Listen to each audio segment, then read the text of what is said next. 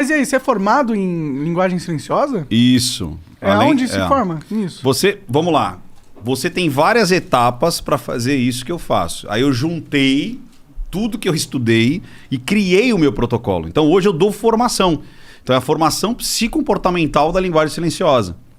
Então eu peguei várias vertentes. Então eu sou psicanalista, eu tenho formação de programação de linguística, eu tenho a formação do Paul Ekman, de microexpressões, eu tenho a formação de hipnose. Então eu tenho várias formações que, juntando todas elas, eu dou treinamento para oradores, comunicadores. Então tem muita coisa que me chama atenção justamente porque é a comunicação ativa. Então eu conheço o outro lado.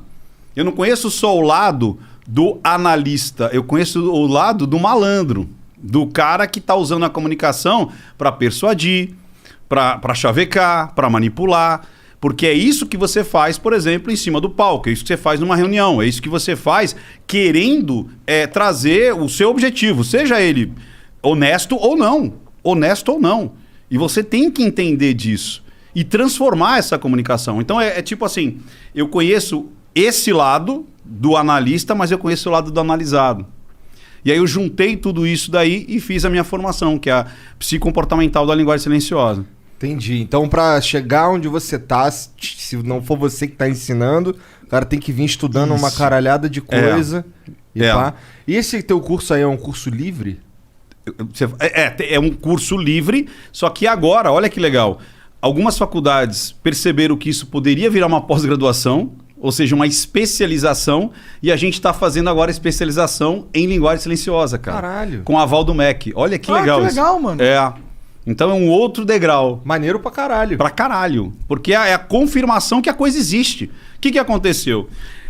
A experimentação trouxe isso. Então eu tinha lá como clientes médicos, advogados, psiquiatras, psicopedagogos, psicólogos. Pessoas tentando aprender, é isso? Usar no dia a dia. Tá. E eu tenho lá muitos casos de, por exemplo, anamnese. Então, não sei se você já foi num médico, né? E fala assim, Monark, o que você tem? Tá tomando remédio? Legal. E como é que tá a sua alimentação? Quer dizer, o cara nem olha pra você. Sim. Já aconteceu isso? Já, mas faz tempo, porque eu não vou no médico. Mas enfim. Enfim, tem gente que não olha pra tua cara, já mete uma receita e vai. Os médicos que começaram a olhar, então a criança está se alimentando bem? Tá sim, doutor. Opa, claro que sim. Não tá. Então eles começaram a aplicar o protocolo Ventura LS, na anamnese, na clínica, cara. Eu tenho vários médicos relatando isso. Então agora a gente está juntando isso também. Aí uma outra novidade, tem uma liga agora de faculdades estudando isso para trazer de forma científica você fazer a anamnese com o protocolo e fazer a anamnese sem o protocolo. Apesar que já tem um estudo, eu participei de um congresso espanhol, foi 2 semanas atrás, né? 2 semanas atrás, e um dos palestrantes, dos quadros ali que apareceram, era uma médica, dizendo exatamente isso. Que os médicos, por si só, perguntaram para eles, olha, como é que está a sua comunicação com os pacientes? 75% disse, sim, os pacientes entendem o que eu digo. Aí perguntaram para os pacientes, como é que está a comunicação entre você e o médico? 25% disseram, eles me entendem. 75% disseram, eles não entendem o que eu falo. É quase que invertido. Quase que invertido, ali, né? Cara. Ou seja, o médico acha que está fazendo a coisa porque ele só está ouvindo e não está olhando, não está prestando atenção na narrativa. Se tem um enrolo ali, tipo, não, veja bem, eu acho que sim, não, claro que sim, vamos lá e tal. Você estava sabendo usar? Tá seguindo a dieta? Opa! Tá indo na academia? Tá indo na academia? Todo dia, doutor. Claro que sim! Aí você fala, não tá, cara. Aí o pessoal, como é que você sabe que eu não tô? Por causa disso. Você começa a perceber. Só que ele não vai indagar. Ele vai botar no relatório. O paciente provavelmente está mentindo, provavelmente não está seguindo a dieta, provavelmente não está tomando remédio, provavelmente... Você entendeu? E aí ele vai usar outros caminhos. Na advocacia, a mesma coisa. Vou aceitar ou não o caso? Porque é uma lenda que advogado aceita qualquer caso. Advogado normalmente quer pegar para ganhar. Se ele pega um caso extremamente que o cara já está mentindo para ele, não está se abrindo para o próprio advogado, como é que eu vou fazer para defender? Me conta tudo, amigão. Aí depois eu me viro lá. Mas não minta pra mim. Né? Não minta pra mim. Não minta pra mim, cara. Eu sou seu advogado. Não, doutor, eu não fiz nada, imagina. Não sei. Como é que eu vou te defender? Então essa galera tá utilizando e tá trazendo esse feedback. Entendi. Isso é muito legal. Então, comprovadamente, em laboratório, ou seja, no laboratório no sentido de elaborar, né, de fazer a coisa acontecer, tá acontecendo. E eu fico muito feliz. Ou seja, tá saindo... Né? Eu já aplicava isso. Por exemplo, se a gente pegar aqui, ó, vou dar um presente aqui para vocês. Opa, aí sim. Puta, presente. vai tirando aí a mão, aí, vai enfiando a mão e vai tirando, que a gente vai mostrando o que tem aí. Por quê? Tem então um Pinóquio aí no relógio. Tem o Pinóquio. Cara, o que você tem com A o Pinóquio? primeira- É tão legal. Isso aqui é o quê? Eu também acho, porra. Isso é uma caneca. É uma caneca. Uma canequinha. Uma canequinha do Pinóquio. Isso aí é bom pra quando tiver um convidado meio mala e o cara fala algumas coisas, você fala assim, sei, só levanta a caneca. Porque Não, eu é fiz, foda. sei. Só pega assim, sei. É foda que aí depois tu vai lá, pega a porra do recorte, analisa e ainda explana o bagulho. Então é melhor deixar quieto. Igor levantou a caneca. Ele está muito puto. Ó, cara, você pegou o livro que eu queria que você pegasse. Mas isso daí foi uma PNL que você fez. Ou foi uma sincronicidade. Olha que legal. Vamos lá. Onde é que começa a linguagem silenciosa na minha vida? Aí.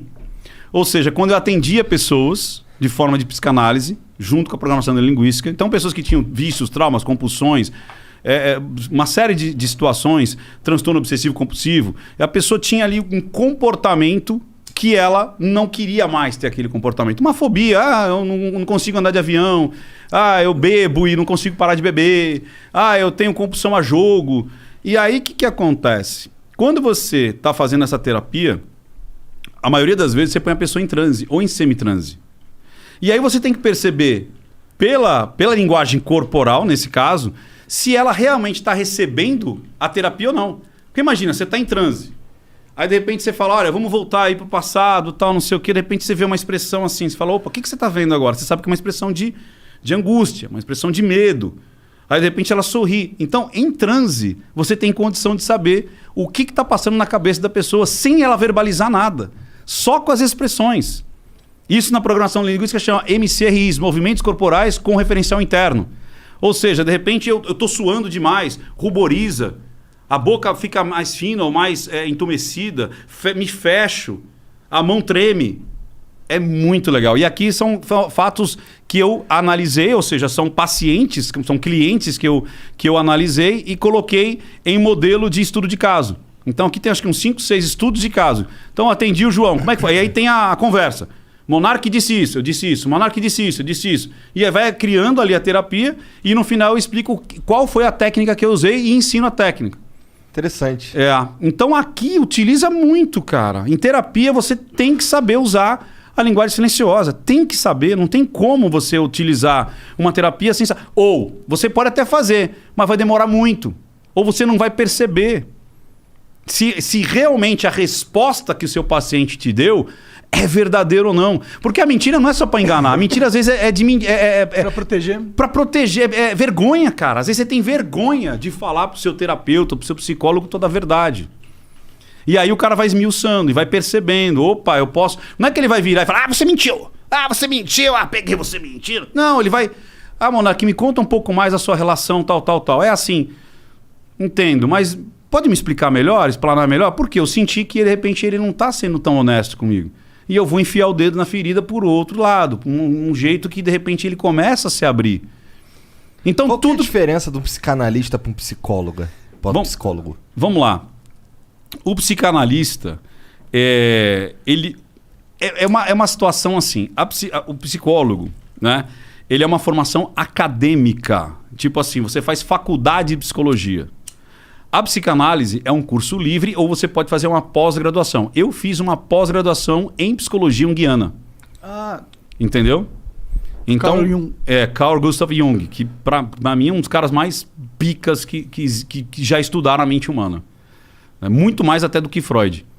Até porque no início, o Freud foi o grande cara que disse, cara, existe algo mais além da morfologia. Né? Porque até antes do Freud, o Freud era um psiquiatra, inclusive.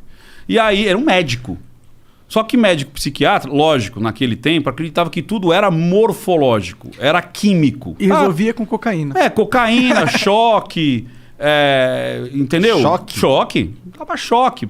Ah, opa! E aquele martelinho assim na testa aqui, a lobotomia também. Isso caô, né? Loucura, né? Nossa. Então, você tratava as coisas com um remédio, né? Com uma situação morfológica, uma forma química, biológica. E aí o Freud começou a ver que existia alguma coisa além da morfologia, além das células, que era o inconsciente. Tanto que ele foi ridicularizado. Por quê? Porque alguém falou assim, me prove a base científica. O cara falou, não tem, cara. Mas eu estou vendo o fenômeno. Eu estou vendo uma pessoa lá que não fala, aí eu ponho ela em hipnose e ela começa a falar. Que catso que é isso?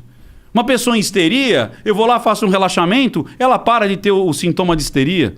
Como é que então, se fosse morfológico, se fosse algo químico, físico, biológico, não poderia mudar, porque eu mudo a maneira de eu ver o mundo. O que é a hipnose? É baixar a massa crítica.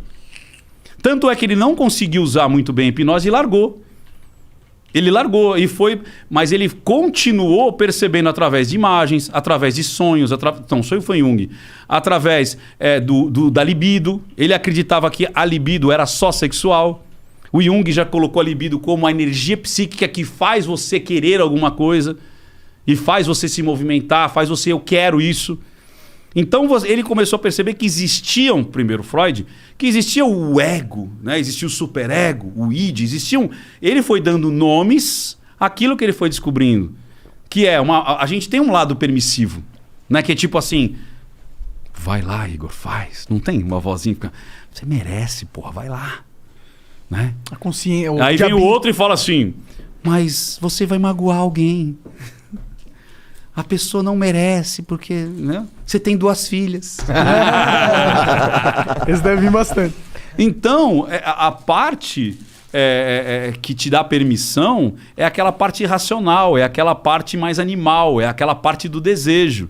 E a parte que te dá razão para não fazer é a social, que também está implícita na sua psique.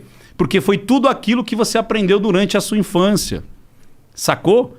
Então a gente tem essa briga do eu quero fazer, porque é a parte animal mais basal, e, porra, eu quero comer, eu quero me alimentar, eu quero fazer sexo, eu quero me dar bem. Porra, eu gostei da camisa dele. Se eu não tivesse massa crítica, eu ia roubar a camisa dele.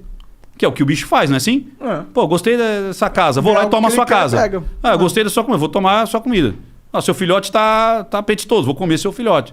Agora eu vou pegar sua fêmea pra mim. Acabou. Briga, não é isso? Briga lá os leões, agora todas as fêmeas são minhas. Entendeu? E a gente tem isso, cara. A gente tem isso. O que faz a gente não fazer é a parte cultural, é a parte de caráter, é a parte construída, cara. Interessante pra caralho essa porra. Porque a gente só não faz porque existe o Big Brother. Que tá dentro da nossa cabeça mesmo. Exatamente. Que você pode chamar de Deus, que você pode chamar de a minha consciência, o meu self, o meu lado mais puro, que também foi construído, você não nasce com isso. Você pode chamar de universo. Você pode dar o nome que você quiser. E aí você não faz porque tem esse Big Brother dizendo, cachorrão, não faça. E aí você fala, não vou fazer. Agora, quando o cara tem um transtorno Como é que é a voz? Cachorrão, não faça.